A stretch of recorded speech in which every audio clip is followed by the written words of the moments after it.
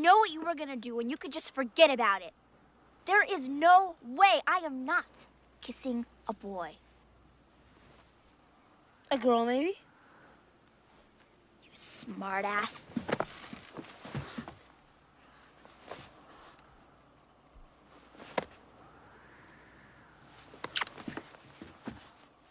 The Wizard is a 1989 American family film directed by Todd Holland, starring Fred Savage, Beau Bridges, Christian Slater, Jenny Lewis, and so many more. Let's take a quick look.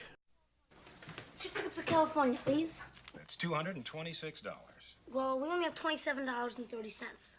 What does that get us? Nowhere. Corey's taking his brother Jimmy on a ride. These two boys already traveled more than 80 miles across the state. We've hired someone to find him. What's his problem? He's just shy. But Jimmy's got a secret You got 50,000 on Double Dragon? that could make this the ride of their lives. Look at him. He's a wizard. He's headed for the video championship. This guy? What is that? Power glove. Yeah, well, just keep your power gloves up front, right? With a touch of romance I am not kissing a boy. and a ton of trouble. That's huge. We're too late.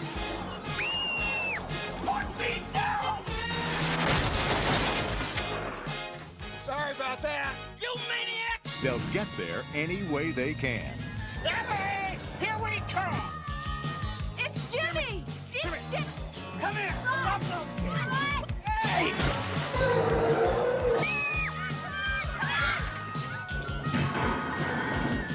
Now, what do you think you're doing to him? All his life, you've been telling him to do what you want him to do. How about once you ask him what he wants to do, huh? Now, Video Armageddon. it's going to take a lot of guts, You can do it! a little magic, You're the best! and the Wizard, Fred Savage.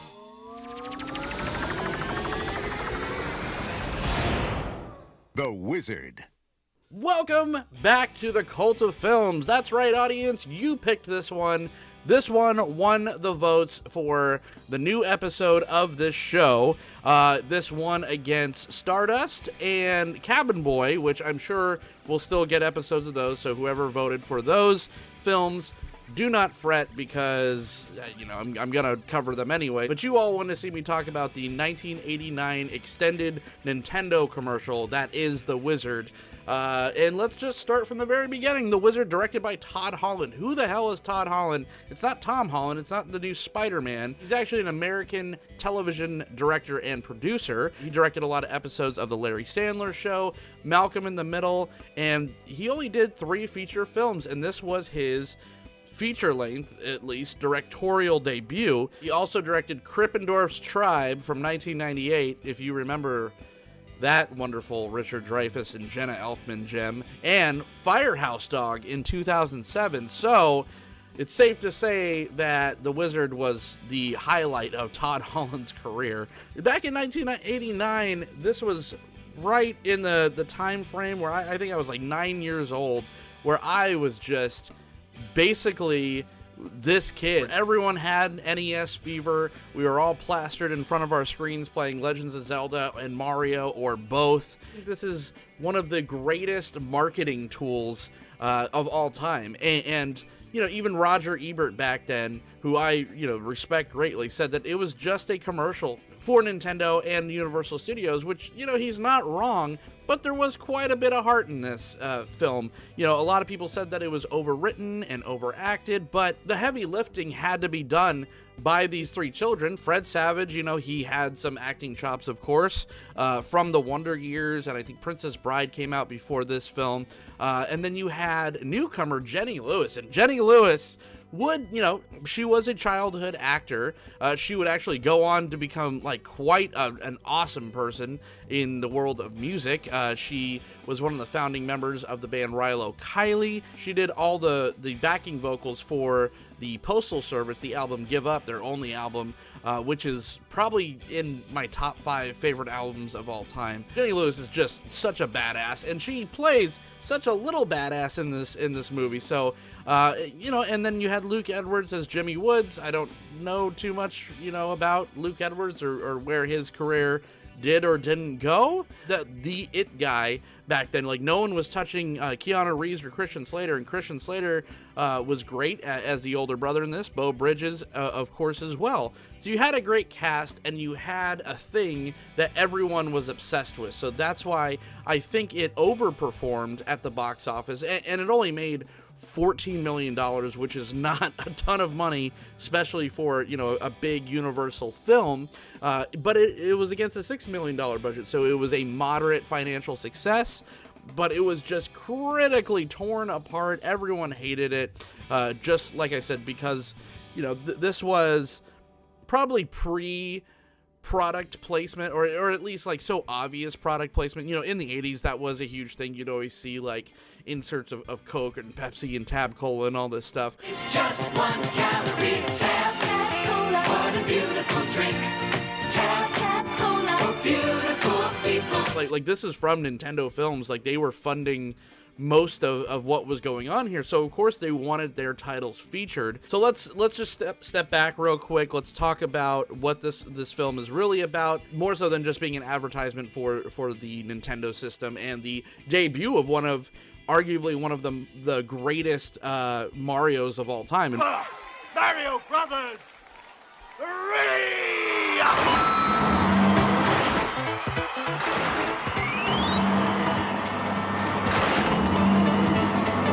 This was all pre-internet. People were losing their mind when they were watching this film, myself included.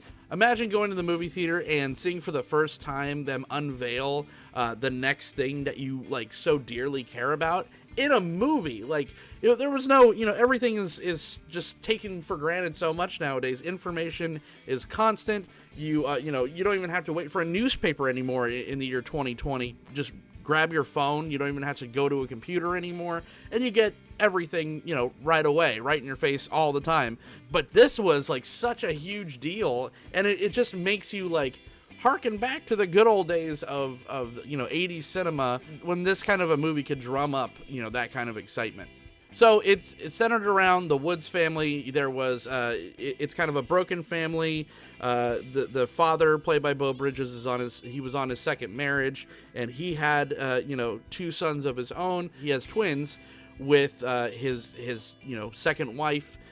Something tragically happens to the daughter, and it kind of sends the twin boy just like in a PTSD, like spiraling downwards. Film is such like an indictment on how people viewed mental health, especially in adolescent mental health issues back in the day, because the mom gets remarried, to this new guy. He's just like, wow, we'll just put this like an 8-year-old in a home. This kid's like 8 or 9 years old. Like, he just lost his twin sister a little bit ago.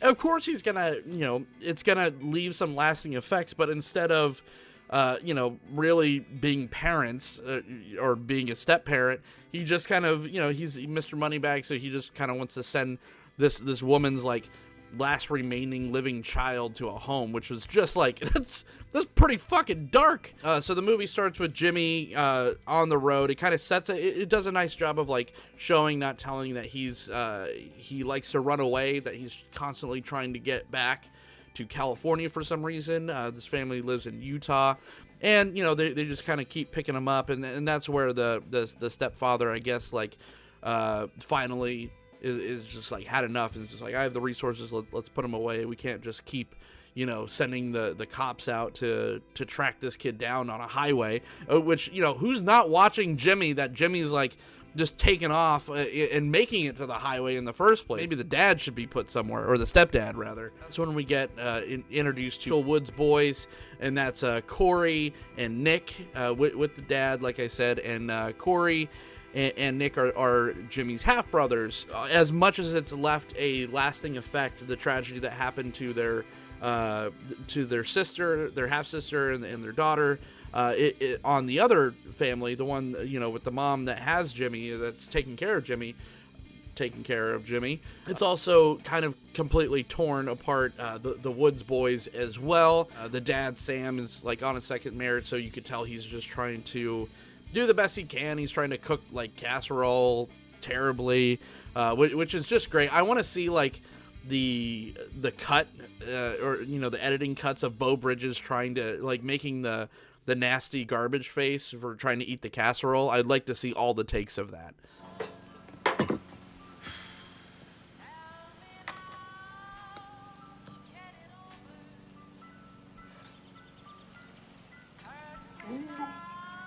Corey decides he's going to take a page out of his half-brother Jimmy's playbook and run away also, which is kind of convenient. He's like throwing darts at the map on his wall, and he lands on California, so he jailbreaks his brother out of the loony bin, and now we have, a trip across the country, except it's only like 2 states from Utah to California. And all the while, the whole reason to go west was, it's kind of told at the end, but it's just very convenient how we kind of pick up plot lines along the way to constantly make it make sense, and to introduce, the giant Ninja Gaiden in the room, and that is, Nintendo power. The boys are on the road. Of course, they're like super young, so they keep, doing it wrong. They don't bring enough money. They're trying to buy a bus pass and all this stuff. They only have like,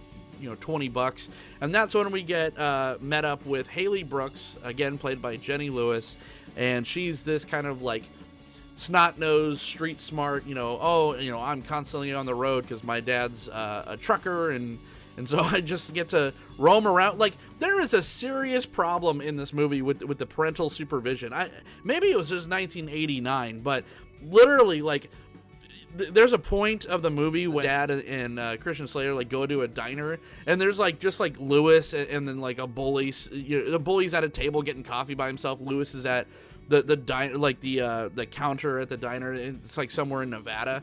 It's just like all these kids are just like, it's okay to just roam around the highways and whatnot. It's very like almost Lord of the Flies, and the parents are just like completely oblivious to what's going on.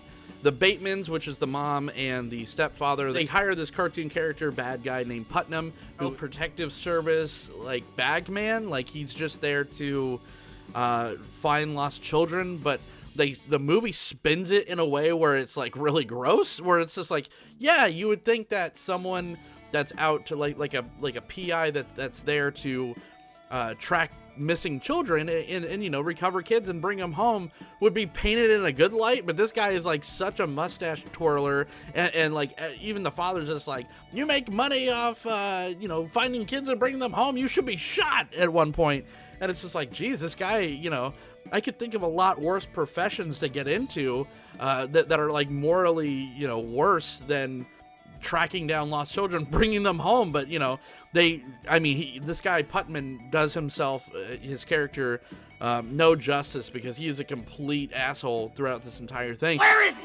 Where's who? Don't give me any lip, you snot. I've been following you across 2 states. I'm being paid to bring your little brainless brother back. Now point him out! Mister, you'll find your other son in the arcade. I hate you. Funny thing, the actor that played Putnam is Will Seltzer. Will Seltzer was actually basically the understudy for Luke Skywalker. So this was George Lucas's second choice. If Mark Hamill didn't work out, could you imagine the career path, how they would have went? Like, yes, Mark Hamill got to do Star Wars, but Will Seltzer got to do, he got to play Putnam in The Wizard. So you have that guy deployed, and he's out trying to find them. You have the Woods guys trying to find their children. Misadventure for misadventure. But along the way, we find out that Jimmy is really good at Double Dragon. Because, when I was a kid, I never really paid attention too much to the score. Racking up the scores. I was just trying to complete the games. Like when I was playing Double Dragon or any of the Marios or any of the Links, it's like you can't save those games. Like you have to basically beat them from when you turn them on to when you turn them off, like Mega Man. There's no like save files on an NES, so I was more concerned about just getting to completion rather than racking up points. There's one point where Corey is watching Jimmy play Double Dragon, and he's like he's doing the trick where you have to jump kick the abobos. I found that out through this movie, so thank you, Jimmy. you got 50,000 on Double Dragon, and then he's like telling, he tells that to Haley. She's like, oh, bullshit, no one gets that many points on Double Dragon. It's just like, who's paying attention to points? It's just like, he got to the Abobos, and he's beating their ass because the Abobos were impossible unless you knew the jump kick trick. That's what they should have been more surprised about. The kids hustle these like these obvious like boomers, like these sales guys that are just like, there's no way you could beat my top score, and like everything that Jimmy gets on, he just completely annihilates. We get introduced to Jimmy's nemesis. Everyone needs, it's Shadow to Jimmy's Sonic, and that is Lucas Barton, played by Jackie Vinson. I think Jackie Vinson in real life wound up on a real bad path, but I'm not going to neither confirm nor deny. The only thing that you need to know about Lucas Barton is he's got all of the, he's got all 93 cartridges of the NES, and he has this little like, gang that like, he could hand stuff to, and they, like his sunglasses and stuff. And then I think that this was the introduction to the Power Glove. I love the Power Glove. It's so bad. Let me tell you something. No one got the fucking Power Glove to work, right? Like, this was not only a commercial, but a bad one, because this sold so many Power Gloves, this fucking movie, because you could, you had so much control, because you could act like you were doing a steering wheel while playing these racing games, rather than sitting there with the, the A, B, and the little D-pad that made your thumb bleed. No, the Power Glove never, ever worked. Neither did the scope. The only thing that worked on a Nintendo, rather than just the regular NES controller, was the gun, so you could play Duck Hunt or the clay pigeon game. It was just the biggest piece of shit, and it was so expensive back in the day. So I remember I was one of the suckers that got duped. We got a Power Glove, and I think it wound up on the garage sale table, an hour later after purchasing, because that thing just did not work. But he just loves the Power Glove because it's so bad. Another reason to get to California is there's like a big, I think like Nintendo Power sponsored video game tournament that they want to enter, and they get like $50,000. So that's kind of how, Jimmy has his own like California plotline, like I said, that gets revealed at the very end of the film. But this is what kind of ties up everyone else, and they're all, who doesn't need money, and you find out that like Haley literally is just like this like street rat. Her dad like is an actual trucker and had a home, but they lost it because the mom was like a horrible gambling degenerate. So she knows how to like play craps really well. Like, that was a really bizarre scene when they were in the Reno casino, and she's just like telling her trucker friend like exactly what to place bets on, and she's just like, do a hard 8, and like it calls hard 8, and there's like no way that possibly worked, but whatever, for the sake of this film, sure. Hustling people, and the hustling doesn't always work out, because they hustle the wrong people. They hustle these bullies, which one of these bullies is played by Tobey Maguire. This is his cinematic debut, was in The Wizard, a young Tobey Maguire as a complete asshole. So that's funny that he would go on to be Spider-Man, hopefully again one day, we'll see. But yeah, just from town to town and all this stuff, and then with the Child Protective Service PI guy, Putnam, and the Woods following them from state to state, to when it finally culminates, we get to Universal Studios, and that's when you get that commercial, which is cool. Like, they do the whole tour scene, which it just has some really funny inserts, like the really weird dialogue inserts, this foot chase scene, which is great. It's your mother. Motion picture Mayhem in Monte Carlo, starring Zsa Zsa Gabor and Pee Wee Herman in the romantic leads. Just sit down and have fun, damn it! They wind up registering for the tournament. The registrar is Lee Arnberg. You know him as one of the main two like friend pirates from the Pirates of the Caribbean series, or Grumpy Dwarf from Once Upon a Time. He looks exactly the same age too, just with no facial hair. So that guy just doesn't age at all. It's a fun little bit of trivia, I guess. This whole movie is just building to this tournament, and literally the tournament is Jimmy playing Ninja Gaiden for like 5 minutes, and qualifying for the finals. That's the tournament, so it's pretty easy. I mean, Ninja Gaiden was a bitch. It was face off between Jimmy and Lucas, and Jimmy wins the whole thing. And then, you know, we realized that it wasn't about, you know, the games or whatever, but he just wanted to go to that historic spot in California with the 2 dinosaurs and leave the picture of his deceased sister in there, because that was like a happy time that they all had together in a prior trip. And that's pretty much the entire story. So dialogue the best? No, but it's serviceable, and it's a lot of fun. I think this movie gets shit on way too much, way more than it should have, because like I said, it was such like, it struck while the iron was hot as far as what was really popular at the time. 1989, like I said, we were going so digital and so you know, video game centric, and this was kind of right when Mario 3 came out. This was kind of the height of that, and then we kind of jumped off into, you know, Super Nintendo, Sega Genesis, and all this stuff, and we've never really stopped since then. So this was really a fun time capsule to open up, to see like what was going on at the start of something really huge. Plus, I love the scene where Jenny Lewis is calling Nintendo Power Magazine for tips and tricks. I used to do that shit all the time. Like Legends of Zelda were just so hard, or Link, whatever the second one was, up stab or the down stab or whatever. There are some tricky things in there, and those games back then put Easter eggs in the game for a reason. Like, you know, it's very convenient that Jimmy knew where all the flutes were in Super Mario Brothers 3. Still was a lot of fun finding those things, but again, there was no internet back then, so you couldn't just log on and get everything, you know, all the cheats and all the codes and all the secrets revealed to you right away. You had to, you know, wait for Nintendo Power magazines or call these hotlines where real people would literally be playing the games with you and have like binders of all these things from Nintendo or from Sega. So I loved that scene, and I loved how tactile this feels in a world now of everything so goddamn convenient and so fast and so in your face. This really makes you appreciate that time of like really having to sit down and like figure out a video game. Or I mean, even Putnam would be completely, you know, everyone has GPS or cell phones now, so Putnam would be completely antiquated at this point. Like, you would just like send a drone to go pick up poor Jimmy and you know, throw him back home. We're too late.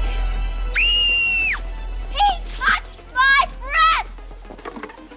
I love The Wizard. Obviously, this was right around the, you know, as an 80s kid, right around the same age as these kids in this film, so I felt like this was talking to me. I was really into Nintendo, and this movie was just a ton of fun. It had a great soundtrack too. You had, you know, Patsy Cline, New Kids on the Block, Bobby Brown. Like, it was just the 80s. Like, it was just the 80s. It was so much fun, and seeing this in the theater for the first time was truly like magical. But that is my episode of the Cult of Films on The Wizard, 1989, from director Todd Holland. Do I suggest you go out and see the rest of Todd Holland's filmography? Are we going to do a Film Hooligans, you know, hard study on Todd Holland? I wouldn't hold your breath. Like I said, I think The Wizard was kind of the bright spot of this director's career, and that's okay. Sometimes you could just do one-offs, and if you haven't seen it lately, if you're a fan of Christian Slater or any of those, you know, kind of like Bill and Ted type of films, then this is for you. So why don't you go ahead, hit the like button downstairs, subscribe to the channel for more Cult of Films. If you want to hear this in podcast form, you can do so by going to iTunes, Spotify, any of those podcasting platforms will have this. But most importantly, thank you for watching the video here on YouTube on They Said We Said. Go ahead and subscribe to the channel, like I said, for more film content. We'll see you next time.